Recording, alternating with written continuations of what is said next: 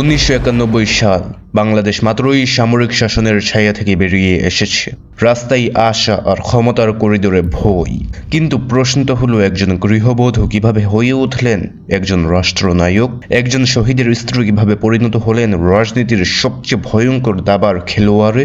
খালেদা জিয়া, কেউ বলেন গণতন্ত্রের প্রতীক, আবার কেউ বলেন সংঘাতের রানী। কিন্তু সত্যিটা কোথায়?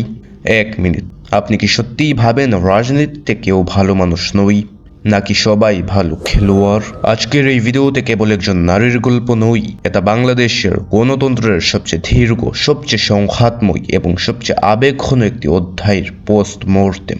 1991 থেকে 2025, ক্ষমতার শীর্ষে ওঠা, ক্ষমতা আঁকড়ে ধরা, ক্ষমতা হারানো এবং এমন এক নীরবতা যা শব্দের থেকেও বেশি কিছু বলে। শেষ পর্যন্ত থাকুন, কারণ শেষটা আপনি যেমন ভাবছেন তেমন নয়।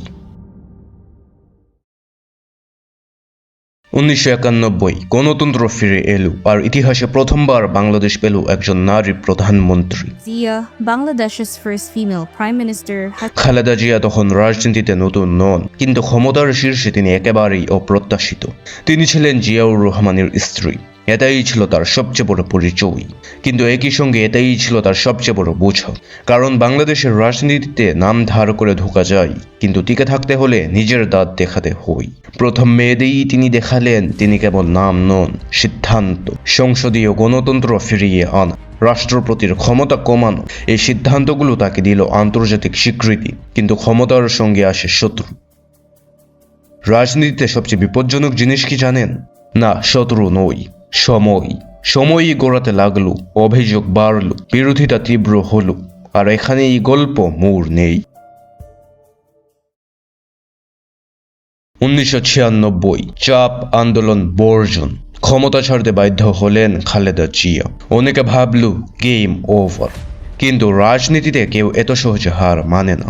2001 একটি শক্তিশালী প্রত্যাবর্তন, খালেদা জিয়া আবার প্রধানমন্ত্রী।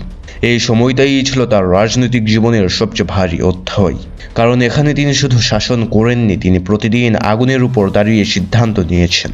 যুবত রাজনীতি, চরমপন্থা ইস্যু, 2004 সালের ভয়ঙ্কর গ্রেনেড হামলা, যা কেবল মানুষ নয়, দেশের ভবিষ্যৎকেও কাঁপিয়ে দিয়েছিল। একটা দেশ যদি প্রতিদিন ভয় নিয়ে ঘুমায়, তাহলে দোষটা কার?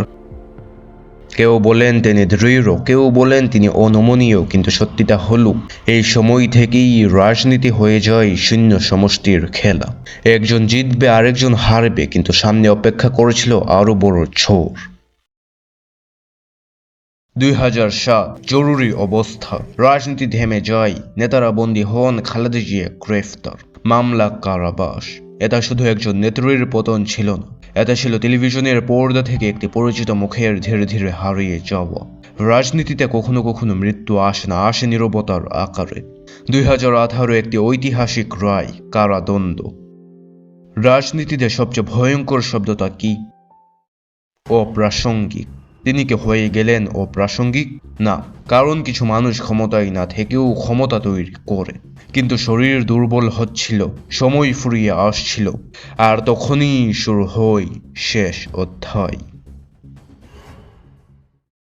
2020-এর পর থেকে খালেদা জিয়া রাজনীতিতে নীরব, কিন্তু তার নাম এখনো স্লোগানে, এখনো আলোচনায়, এখনো ক্ষমতার সমীকরণে। 2025 তিনি জীবিত, কিন্তু রাজনীতির মূল স্রোত থেকে দূরে। এবং রাজনীতিতে এর চেয়ে নির্মম অবস্থা আর কিছু নেই, যখন আপনি বেঁচে থাকেন কিন্তু আপনার সময়ই আপনাকে ছেড়ে চলে যায়। শরীরে নয়, রাজনীতির স্মৃতিতে। প্রশ্ন থেকে যায়, তিনি কি হারলেন, নাকি সময়ই তাকে থামালো? কারণ ইতিহাস কখনো শেষ হয় না, এটা কেবল হস্তান্তর হয়।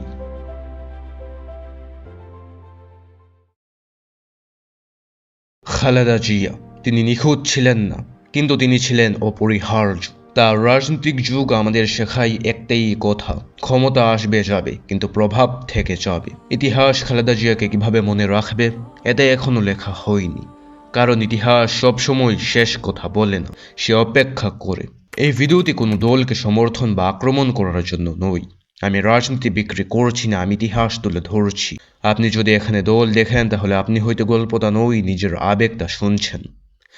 কারণ সময় বদলায়, কিন্তু ইতিহাস সব মনে রাখে।